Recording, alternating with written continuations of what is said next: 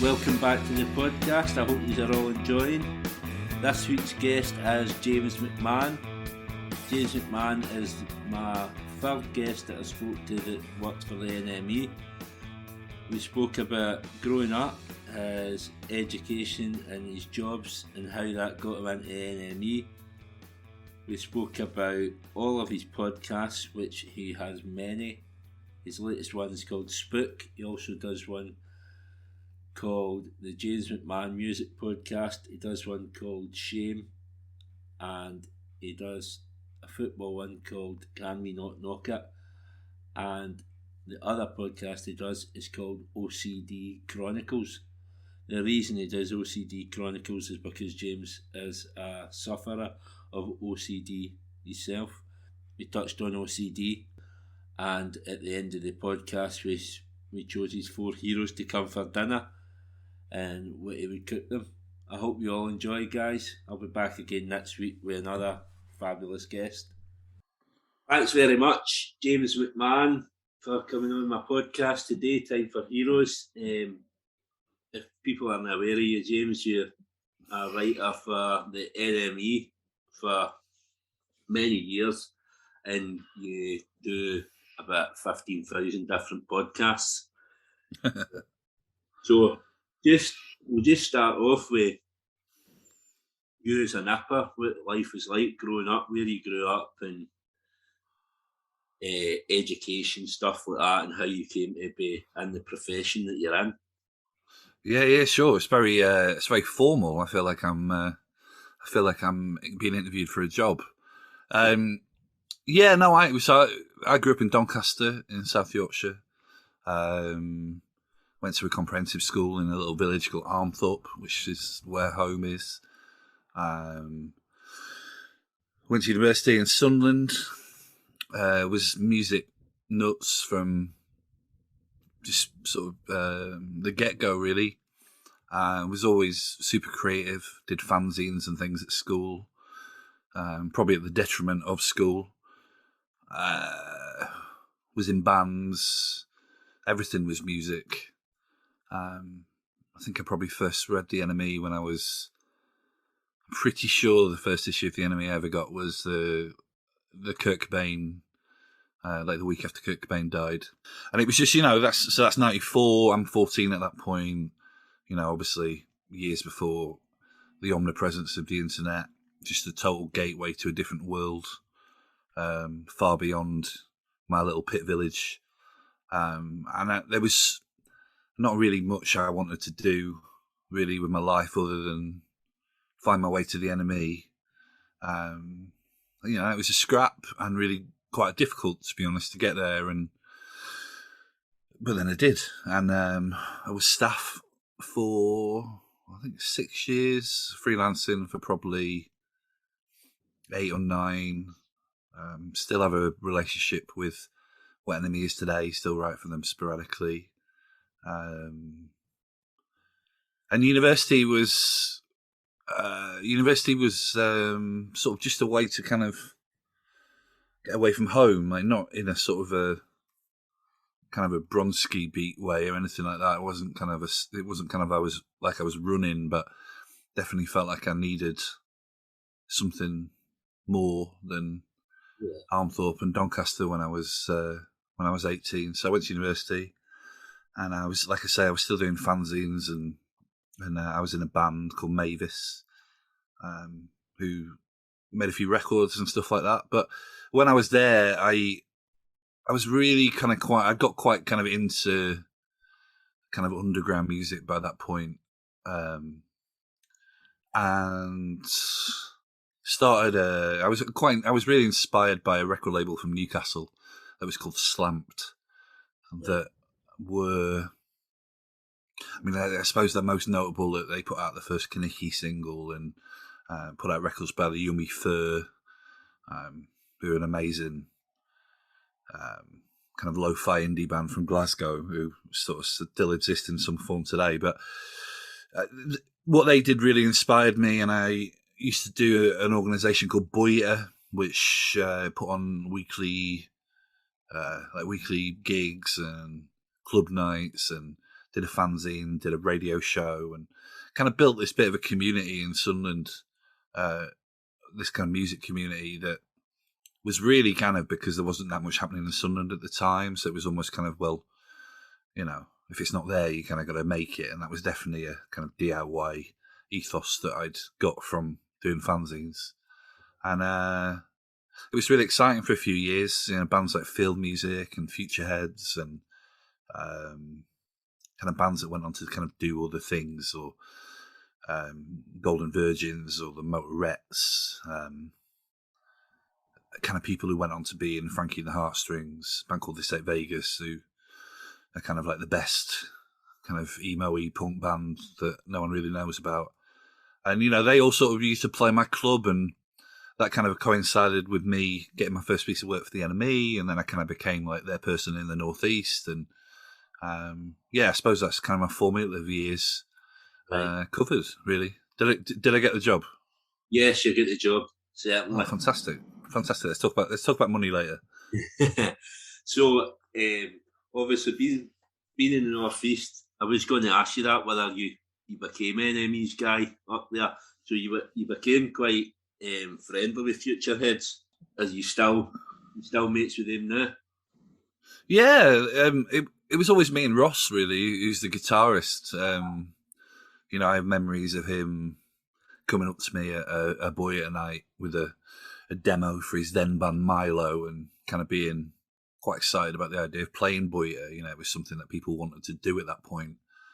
And yeah, you know, we hit it off, man. You know, like my friendship with Ross in the early days was quite unlike kind of any friendship I'd really had up to that point, really. Just, you know, he's a little bit younger than me. I think he's 2 years younger than me, but, you know, he's quite a sensitive dude, and, you know, it was very different to the kind of boys I'd grown up with, and a bit more like kind of the kind of guy I am.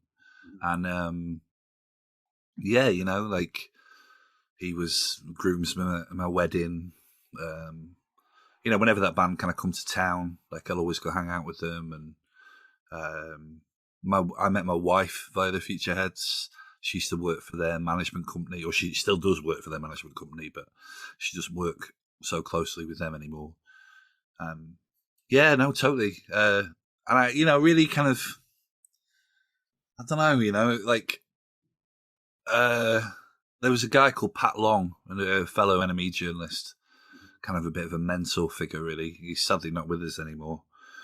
But he used to say this thing, you know, about freelancers. You know, if you were kind of a stringer for NME, you know, that almost part of your job was, you know, you're almost like A&R, really. It was like, that was your job, you know, to sort of bring bands that maybe we didn't know about, you know, to the NME. And definitely Future Heads they were kind of my cause, really, like in the early years. Yeah. So, like I spoke to, obviously, some of your colleagues, as I said, Anthony Thornton and Mark Beaumont, and, like, obviously Anthony was big on the Libertines. So was that the hang then? Were you all kind of, to an extent, kind of fighting to get your band across? Yeah, well, it just felt like that was it kind of just felt like that was, I'm going to be honest with you, I'm not 100% sure that's actually kind of what it's like anymore. I mean, I do think the culture of music magazines is different. You know, there's so many less music magazines that exist that when I started out, you know, music media is in a bit of a different place. But I might be totally wrong, but it definitely felt like in those days, part of the tradition that I was joining was that, you know, you were a music fan with kind of your causes that you were almost there to champion, really. Yeah. And that was, and I, you know, I don't know, I did that probably more than most. And sometimes got a bit frustrated at places I worked at that wasn't more of a thing that people did. But, yeah, no, that's something that I think, it was always just that thing, you know, you're always aware at NME that of people like kind of Paul Morley that, you know, used to champion, you know, Manchester bands, whether that was Joy Division in the beginning, or, you know, someone like Simon Williams who, you know, loved new music so much he went off and formed Fierce Panda Records, and that almost became more of what he did than be a writer. And, obviously Steve Lamacq, and I could list loads of names, but it just felt like you were kind of part of that tradition, really. And my thing for a long time was the Northeast, and then, to be honest, because I'm into quite noisy music, I don't want to say rock, because that's a bit, what does someone really mean by that? But I was kind of like, the guy that would put music on the NME stereo, and everyone would be like, "Okay, we're going for lunch now," for a while. So that was my thing, kind of after that, really. What you said there about you don't know if the music journalism still kind of like that. It does. There is that extent where I kind of think it's missing. We're missing like a good magazine like the NME. Obviously, it's still there on the internet, but it's not the same, because I bought NME every week along with Melody Maker as well, and sometimes I'd even stretch to Q or Select or whatever as well. But there just doesn't seem to be the same stuff out there, and I mean that sort of stuff. People, I would go out and I'd buy all the records, I'd buy the clothes that the bands are wearing. You just want to be like the bands, but it just doesn't seem to be the same anymore. Yeah, totally. I mean, as the years turn, a lot of progress comes with that, but certainly the demise of the British music press is something that makes me quite miserable.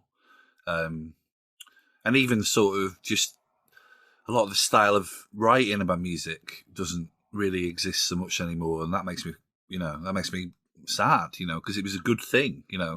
My life was changed irrevocably. I'm going to say that again, irrevocably by the music press. I can't even imagine what my life would have been like if I hadn't walked into a newsagent and picked up a copy of the NME, and it was just, it's just hard to say, really. It was just like, it blew my head off, just reading, writing like that about music. It just blew my head off. And it's definitely missed. And the thing is I don't think that it's not something that could exist now. I think there's loads of problems with almost like the infrastructure around magazines. Like, newsagents are barely a thing anymore. Like, if you go in to the magazine section of a supermarket, magazines are treated with almost disdain, the way they're sort of flung around and piled on top of each other, and it's so hard to find things. And so there's a lot of stuff that is wrong, like, with the magazine industry, but I still think there are people who want to read about music in a certain style of writing that they hold and tear out pages and put them on the wall. And well, that's why, I mean, see, if you look on eBay and things like that, now you can buy all the old copies and things like that. People still want them. Yeah, totally. Yeah, no, it's, and I never saved everything I ever wrote. I've got bits and bobs, but I never saved everything. And it's kind of weird. Like, I got some grief recently online from some fans of a band of something I'd written 20 years ago, and it was just like, I don't know, there was a sort of there was a love or a sort of a rush to defend the acts I was writing about, which I sort of don't really kind of find on the things that filled the void left by the demise of the music press. Like, Do you think there's any way, like, see the way music is now? Music's so throwaway. A band can release an album, and if it doesn't hit straight away, the label drop them and they're forgot about. So do you think that's kind of? I mean, yeah. I mean, I think that.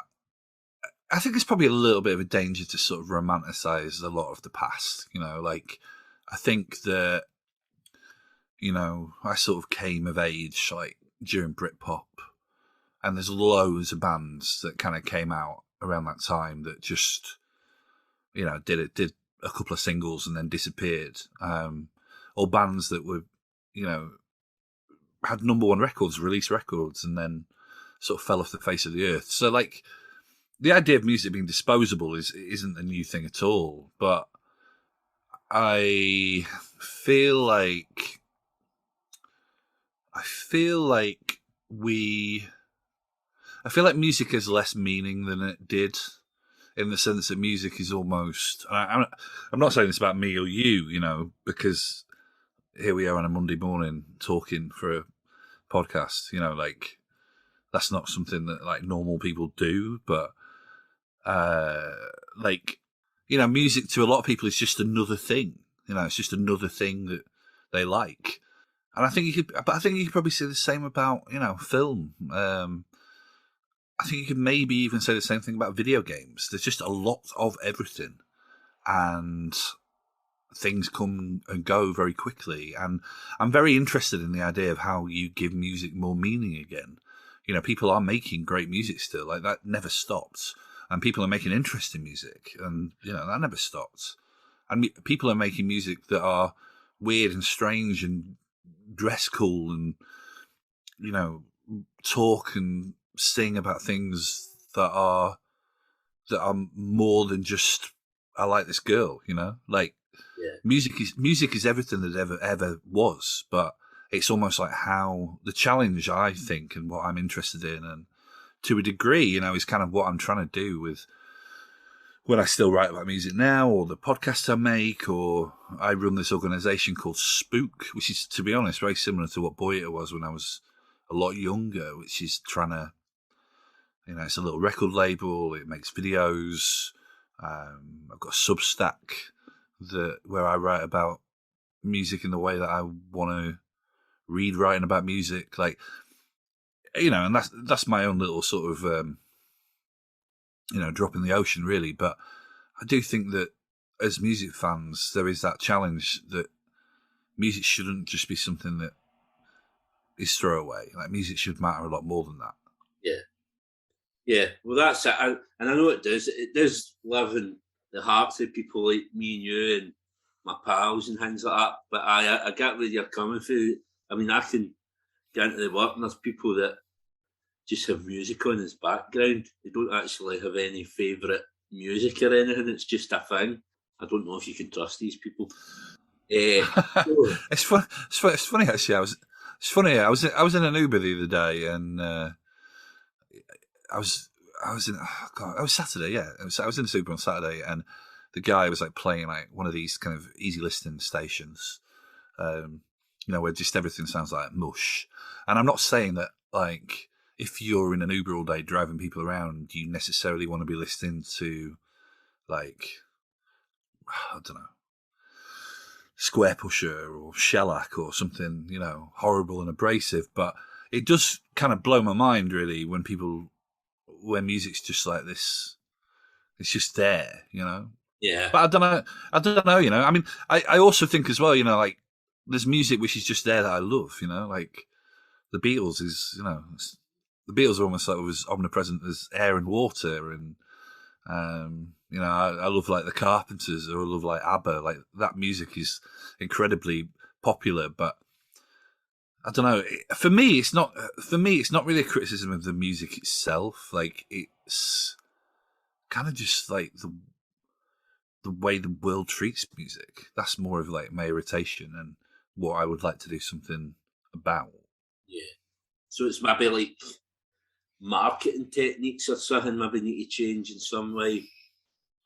Actually, it's the culture. Like, I worked at Kerrang like for 6 years, and I used to do a lot of market research, like about the magazine, like kind of what the readers thought we were doing right or wrong or whatever, And like, I'm a guy that did fanzines and into punk rock, and the phrase market research feels really gross, but it was like kind of it was kind of my favorite thing about the job, really, in lots of ways, because you got to meet people like I was when I was 14, 15, and they were so passionate about the music that they loved. There was no different. Like, if you drop them into my world when I was 14, or drop me at 14 into that room, there would have been no difference between me and the kids I was speaking to. And they loved, I mean, the music they loved necessarily wasn't what I loved, but the way that they thought about it and the way that they spoke about it was no different at all. But it was just the infrastructure around it. Like, there wasn't, for example, there wasn't a focal point in their week for music like there was for me and Top of the Pops, or there wasn't, obviously, at Kerrang we were trying to do this, but there wasn't like that music press that would shape the identity of a band and kind of explain what it all meant. There wasn't someone on the radio that, again, was that focal point, like a Evening Session or a John Peel or a Mark Radcliffe or whatever. Like, all of this stuff just didn't exist anymore, and it was like they still wanted it, but it just wasn't there, which sort of gives me a bit of hope, really, that it's not like the nature of music fans has changed. It's the infrastructure of how music is brought to people. Yeah, that's a valid point. Joe, obviously, you mentioned you worked for Kerrang as well. What happened after Kerrang? What are you doing now? Well, when I left Kerrang, which was 2017, I'd been there for 6 years, and I'd always had, well, I don't know whether you can quantify it quite like that, but like, I have OCD. I talk about OCD quite a lot, and that it wasn't like it took me a long time to realise that the things that I struggled with in life was OCD, and therefore I didn't know how to treat it. And I'd always sort of, kind of kept it at bay by working very, very hard, but things got too much. When I think I was 37. Yeah, 37. That's 2017. Left this job that had been all I'd done for most of my 30s. A lot about that job I didn't like.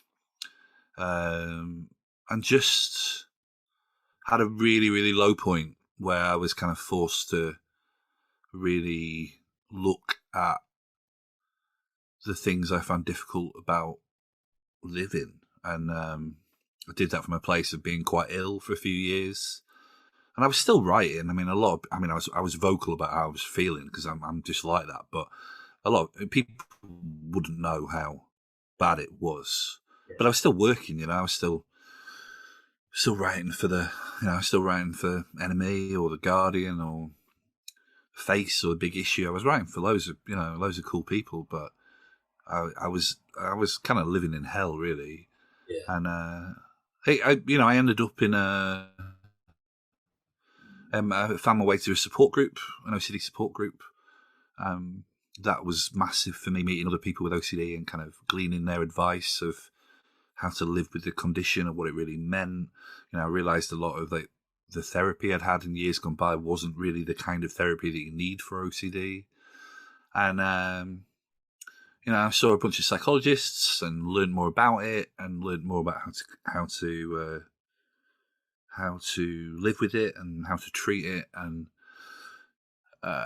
it's not totally answering your question, but that's kind of the first couple of years, really, after leaving. Yeah. After leaving Kerrang. And then after that, the last couple of years has been me working on this spook projects, and still writing, freelance a lot. Went to do Green Day for The Guardian in San Francisco, which was quite a cool thing for me. And I did a Radio 4 documentary last year about Bullseye and the working class, the sort of changing face of the working class in Britain. And like doing more and more things that were beyond music. Like I wrote about true crime a lot, and started making loads of podcasts under the Spook banner. So, I'm super busy, but really, the last 4 years has been the story of me kind of working out what my life looks like as someone with OCD. Right. Well, I'm going to touch on that anyway. The OCD. I mean, I've listened to your podcast about OCD. I listened to you on another podcast. I think it was 22 Grand Pod or something. One of the ones anyway, and that's where I heard about your struggles with OCD. Now, a lot of people don't understand what OCD is. They just think it's, his house might be tidy or whatever, things like that. So there's a lot of kind of ignorance to it. Yeah. my little boy, my little boy's autistic, so you get the kind of ignorance towards that, and it's the same with kind of Tourette's and all these sort of things because people don't understand them. So, could you just maybe kind of give us an insight into some of your struggles with it, kind of getting to a point where you upset yourself or anything like that? But Yeah, no, totally. I mean, to be honest, like I'm very, as far as mental illness goes, OCD is very different to like a lot of other mental illnesses because someone actually kind of summed this up for me recently, and they were saying how with a lot of mental illnesses, like you don't know that you are being mad, if that makes sense. mm-hmm. But with OCD, you know that you are being mad. That's kind of almost like the cruelty of it. And you know, you just mentioned those things that you just mentioned Tourette's, or you mentioned like autism. They're like conditions that are seen often in conjunction with OCD. Like through my support group, I've met people with Tourette's, or you know, people who are autistic, and that's been an education for me as well. I think with you know, I'm a guy from Yorkshire, right? I mean, I'm quite emotional, you know. I'm quite. I think I'm pretty good at communicating how I feel, but ultimately, it's a place that we didn't really talk about this stuff, you know, Yeah. or my generation didn't, and you know, for me, I'm a bit of a cautionary tale, really, in that I probably had my first kind of OCD theme, like, you know, we call them themes. That's you know, the kind of main things we kind of obsess about.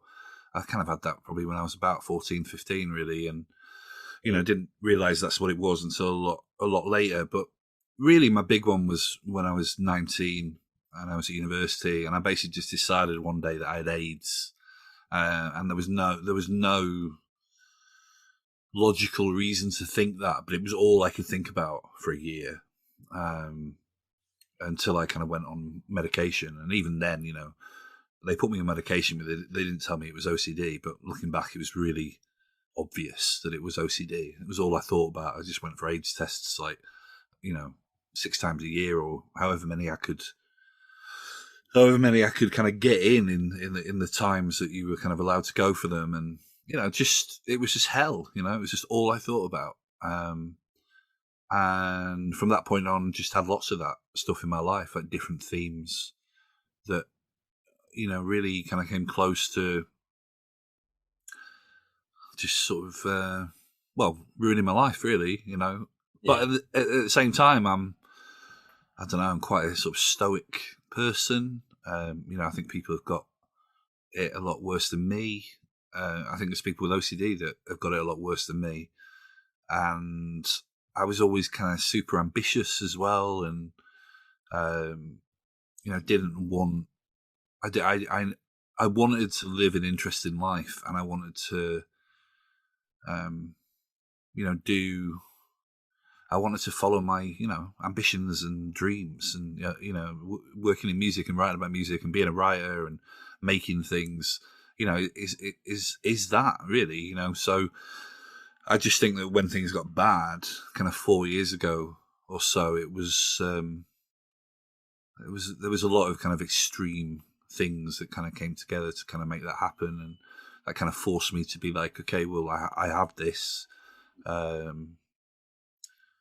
you know, I have this. How can I live the most healthy life that I can? You know, it like almost like how can I still be super productive and creative and make things, but also, you know, how can I can't just treat this like it's not there. Did you But I find mean, a way for, you know, see when it became worse and you started kind of progressing to that extent? Do you think in some way well, that helped you because then you were able to say, no, I need to tackle this, I need to deal with it, and people need to be aware that I've got it and stuff like that? I mean, no, not really. I think that when I think with OCD, it gets more complicated and Like, difficult to treat the longer it goes untreated. I mean, I can't, you know, as a journalist, I feel like I want to quantify that with more than just anecdotal More than just kind of my experience, but I can't quantify that. But that's my gut belief. Like, I feel like when I was having my stuff when I was 19, I feel like if I'd got into it then and had the right treatment, I think that it would have saved me a lot of difficulty. When I was at the NME, and no one knew about this till years later, and even now, like, if they listen to this, they'll know. But it's not like I've really kind of told people this. But right. I'd sometimes be in the office till 1 o'clock, 2 o'clock in the morning because I'd got it in my head that I needed to touch every desk in the office 3 times before I left. Like, and then I'd be going around the office and touching people's desks, and then I'd forget, or like a cleaner had come in and I'd be embarrassed. So like, I'd stop and then I'd forget where I was, and I guess you were saying about OCD being misunderstood, and it's a bit of a kind of cause of mine. It's the reason why I did, my OCD podcast, OCD Chronicles, and I'm writing a book about basically being a music journalist with OCD at the moment. And I think it's I don't really, I'm not huge on kind of being preachy, but I think it almost feels like a bit of a responsibility, as someone who has OCD and has seen the very worst of it and has, to a degree, some kind of platform.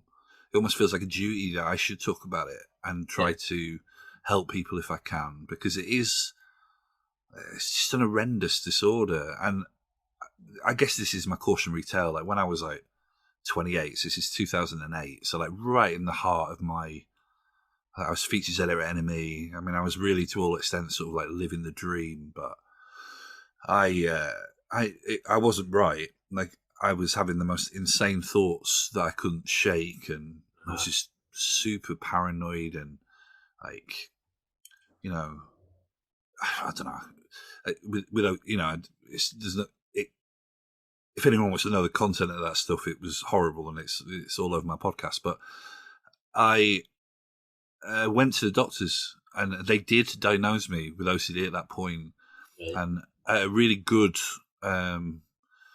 place called Cadat in Camberwell in South London, which is like an amazing institution for anxiety disorders and other kind of mental health disorders. And they diagnosed me with OCD, and I basically rejected that because I was like, well, I don't have OCD. Like, you should see my flat; it's so messy. Like, I don't wash my hands, 20 times a day or whatever. Like, that isn't. I don't have OCD because what I'd seen as OCD in films or written about, or just it being like a punchline to a joke that I'd heard or whatever, that was enough to make me kind of not carry on with the really good treatment that was in front of me. And there's definitely things that for sort of 10 years on from that, there's things. I mean, my experience at Kerrang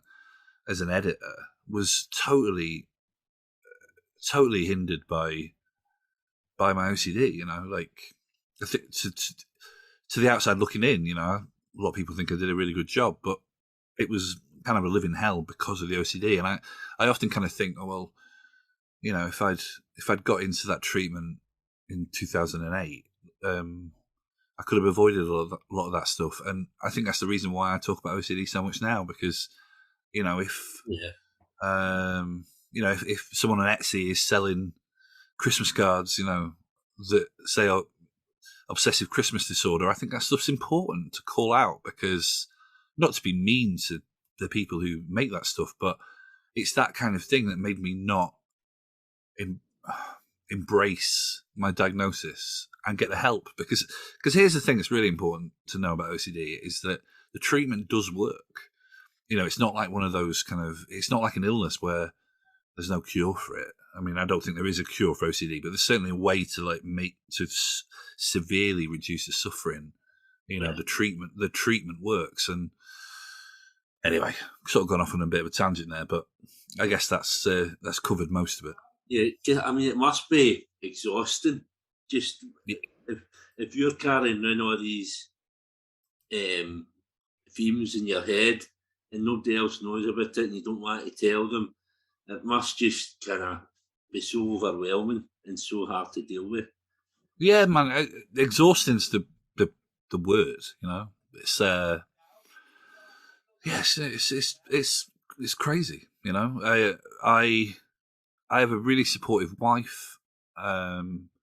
We've been together for, God, I think this year's 9 years. You know, she made a real effort when we first got together to learn more about it, and in lots of places, she was the one who was pushing me to learn more about it, and her kind of explaining more about how it worked, or you know how the brain didn't work is probably a better way of putting it. And you know, she understands now when I'm kind of having an episode. You know, she'll be like, "You're tired." You know, that's a big thing. Is you're tired because you've been in this for a couple of days, and but it is, you know, it is like, you know, the pandemic has been a really weird experience for me, to be honest, because you know, I've kind of been quite isolated, as we all have been at various times. And actually, I went to, and because of that, that's meant that I haven't had to kind of face a lot of the things I find very difficult. I find, you know, I'm quite a social person, so it's very frustrating that this is a thing, you know, but I find it very difficult kind of being around lots of people. Right. You know, so things like the NME Awards, or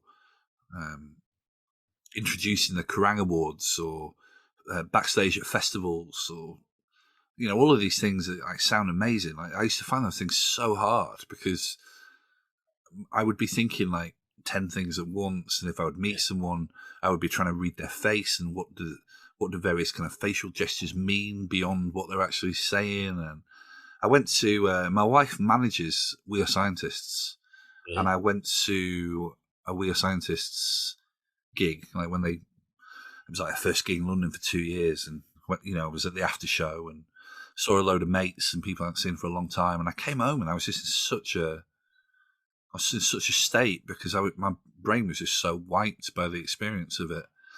And things like that in my 20s were just, you know, it was like every night. It was just all the time. So, but you know, I'm doing well. You know, when I get my Radio 4 podcast commissioned, and you know, and when I'm in a newspaper that I always wanted to write for, or even just, you know, when me and my wife are like, you know, chilling on the sofa, all of those things are things that just seemed impossible 4 years ago. So I like to see myself as almost sort of not a OCD sufferer, but more of a sort of OCD survivor, you know, without wanting to be too sort of quaint about it, you know. No, that's a really nice way of putting that. And obviously, as I say, I've listened to 2 or 3 episodes of the podcast, and it's really insightful and helpful, obviously, for people like myself that had no understanding it. But I mean, for what it must give other people that suffer with OCD, must be amazing for them. I appreciate that. To be honest, that podcast, because there's kind of 3 that I've kind of got 3 in kind of circulation at the moment. It's been more at various other points. Podcast, the James McMahon music podcast. I do a podcast called Shame, which is basically about like the emotion that is shame, which is a big, you know, sort of big byproduct of OCD. And I do the OCD Chronicles. And to be honest, Shame and my music podcast have been so kind of active recently that I have to say I've probably neglected the OCD Chronicles a bit. So maybe your kind words will be the impetus for me to go and get the 3rd season that I've been threatening sorted. So, well, I mean, yeah, you listen to podcasts, you get so many, and it's I don't know where you find the time. I struggle to find the time to do this one, and you get. You did mention having kids. I'm sure that kids is, you know, that's a commitment, isn't it? I don't have kids. I've just got two guinea pigs that I have to clean out once a week. But I don't know, you know. I mean, I just work really hard, you know. I'm in a couple of bands. I draw, so I kind of make comics and things. Obviously, I all the time writing a book. I just if there is any upside to OCD, it's actually that sort of sometimes a little bit like the fuel in the tank. Like it's almost kind of like a desire not to kind of be lost to it that almost kind of drives me on sometimes. So, and obviously being a freelance journalist, it's also needing to make sure that I'm making money so that I can pay the mortgage. So, I don't know. We do what we do. We do what we can. So, touching on the podcast, there was another one. You did a football one as well, didn't you? Yeah, can we not knock it? Yeah. I'm not sure if I've heard it. I don't think I have. But it's to do with England, is it? Is it to do with Graham Taylor? Well, I'm gonna presume you're a Scotland fan, right? Yeah, but don't get me wrong. I'll listen to Mace football podcasts as well. So I'm not totally ignorant to it. Yeah, it was just something that me and my friends did during the Euros.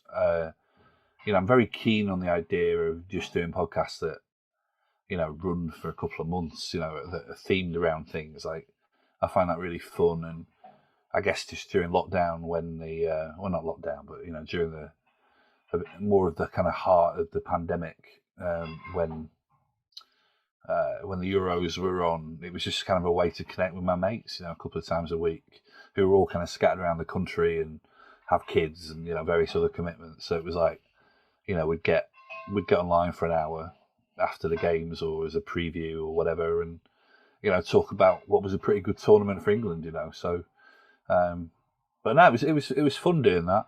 We sort of and ahhing about maybe revisiting it for the World Cup, but because there was quite a lot of people who listened to it, and I think that it'd be different doing it now because you'd be starting with an audience. But yeah, I don't quite know how I feel about this World Cup.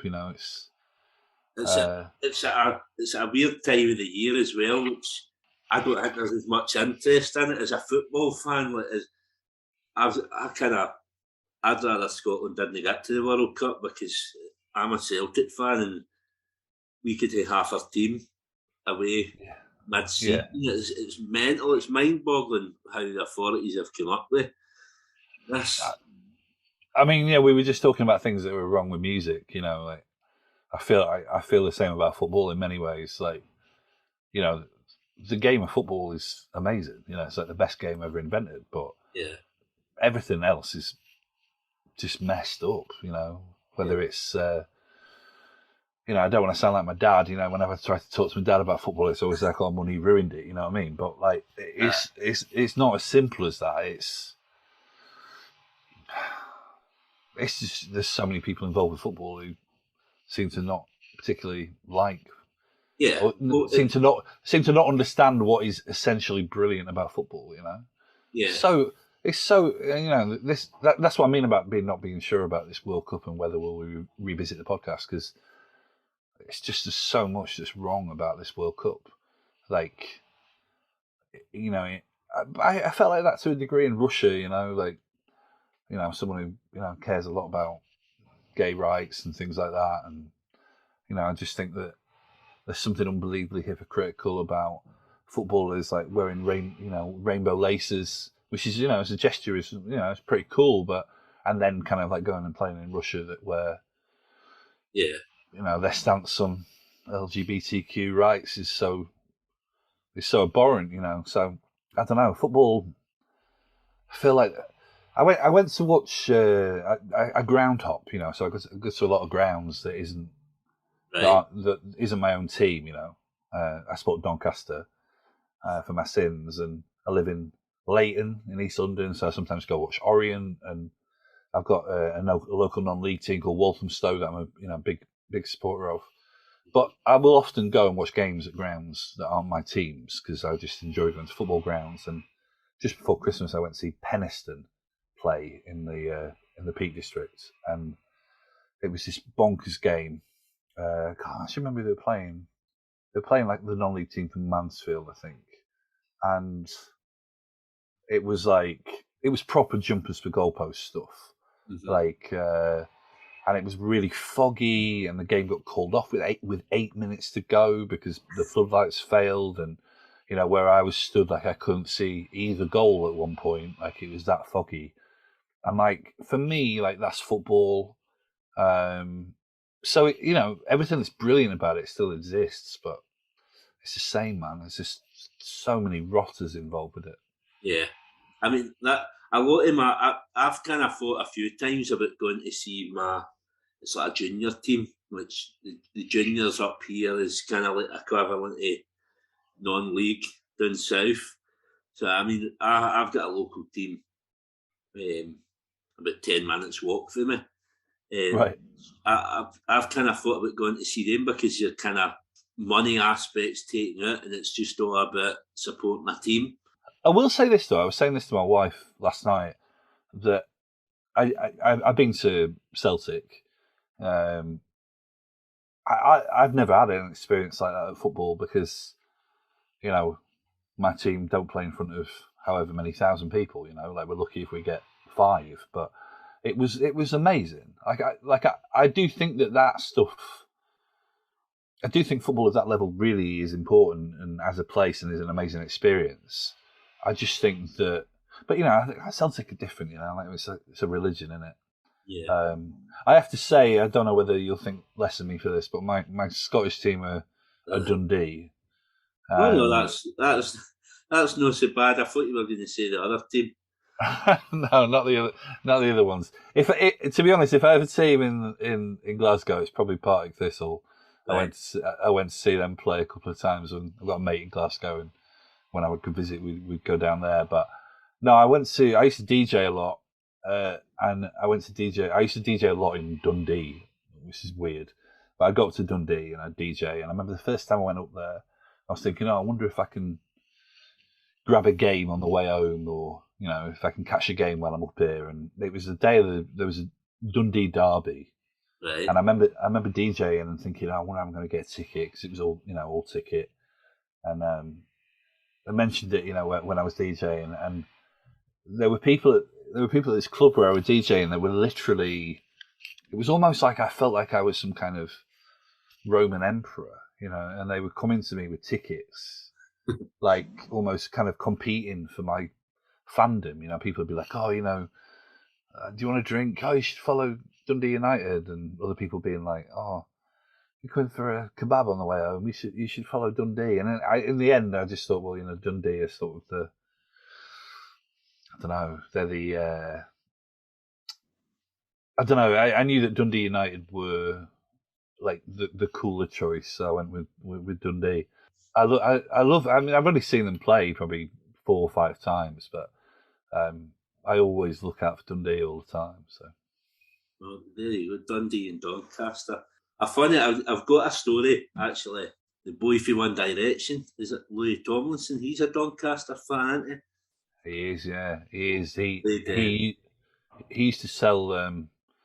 He used to sell hot dogs at the ground when I was a kid, and he would have been even younger than me, but I definitely have memories of him in the fast food stand. In fact, actually, there was a talk at one point of him taking over the club, and or being part of a consortium to take over the club. And I wrote about it for the Daily Mirror, and he followed me on Twitter and retweeted the story. And this was probably like 6-7 years ago. And I don't know whether you have this with Twitter, like sometimes you will have someone liking a tweet or retweeting a tweet from 5-6 years ago, and you're like, I wonder how that's happened. But I can confidently say that even now, every day, there'll be someone who still likes the tweet that Louis Tomlinson retweeted. I can't even imagine that kind of fame. It must be absolutely bonkers. Yeah. Well, that's the hang. So we went to, there was a charity game, a Celtic charity game.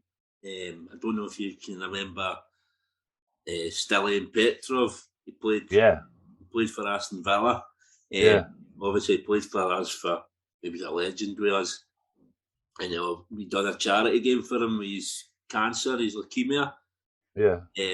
So it was like a team of kind of ex-players and celebrities, and Louis Tomlinson played in that game. at Celtic Park, and Right.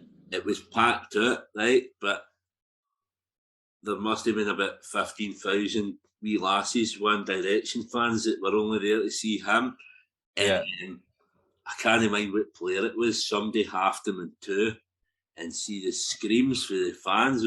It was unbearable. It was like being at a One Direction gig. Yeah. Oh, I think I've seen it on YouTube actually.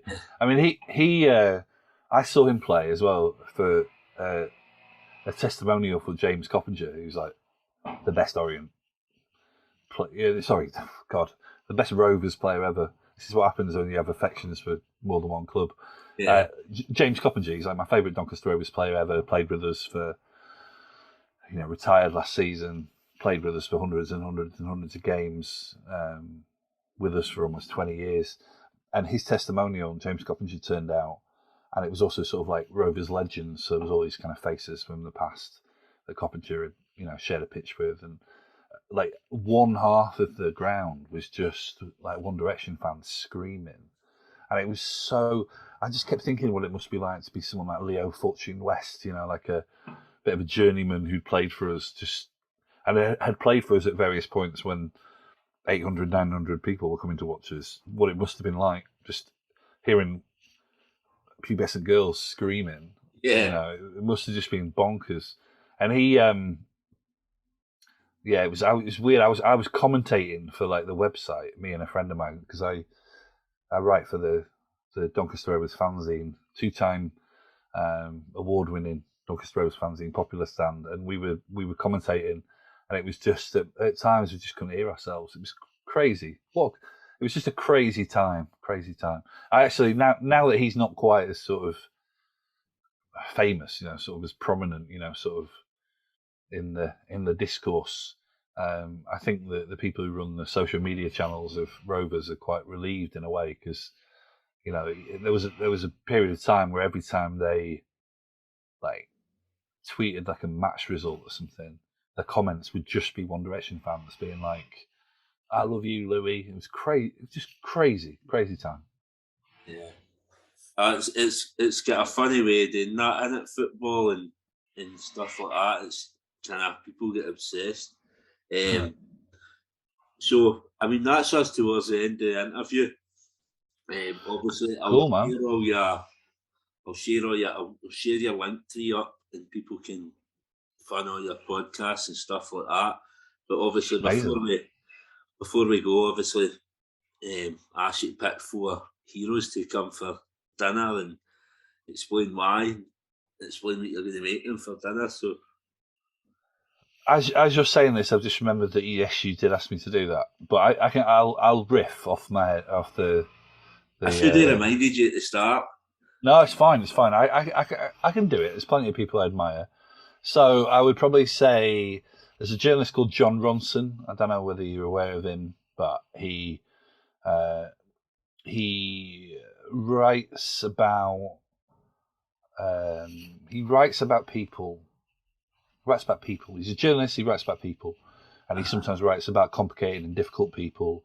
Writes about conspiracy theorists, or he writes about people who've been shamed on the internet. He wrote an amazing book called "So You've Been Publicly Shamed."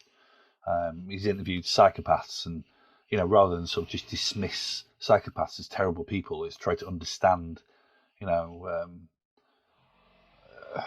of what makes people do the things that they do. And he's a real hero of mine. I've just interviewed him for my Shame podcast, actually. I don't know when this is getting published, but that interview goes live on January 25th. You'll be able to listen to it even if this goes out later than that. Yeah. So yeah, John Ronson, he would be one. I'd probably say Graham Coxon, who was my absolute hero when I was growing up. Made me want to be in a band and made me want to play guitar. I'm cheating a bit actually, because these are actually people that I have met. But yeah, they would be there. Yeah. There's a writer called Gordon Byrne, who is probably my favourite writer ever. Writes a lot about true crime. Sadly, he's not with us anymore. He passed away, but he is like, when I read his stuff, I aspire to be the writer that he was. So if there was a way of bringing him back from the dead, then I would love to bring him back. And I'm going to say Eric Cantona because Brilliant. I don't really have to explain that one, really, do I? They are great choices again. Obviously, Cantona and Coxon are brilliant, and I'm going to go and check out the other two. Yeah, do. What would you cook for them? Are you a good cook? Oh no, I'm shit. Without my wife, I would starve. I don't eat meat, and I've just discovered this amazing. Sounds like a contradiction in terms, actually. These words I'm going to put together, but there's this amazing vegetarian bacon that we've discovered recently, which for years the idea of there being good vegetarian bacon just seemed impossible, but thanks to the wonders of science, there's a really good bacon substitute now. So I would probably make kind of vegetarian bacon sandwiches for them all, and they will be they'll be happy with it, or tough shit. Yeah, that sounds brilliant. I'm going to try the vegetarian bacon. Where can you get that? Well, when we're off here, I'll send you some links to Gordon Byrne, John Ronson, and where to get good vegetarian bacon from. So yeah, it's been very nice speaking to you, man. Yeah, it's been brilliant. Thanks very much for coming on.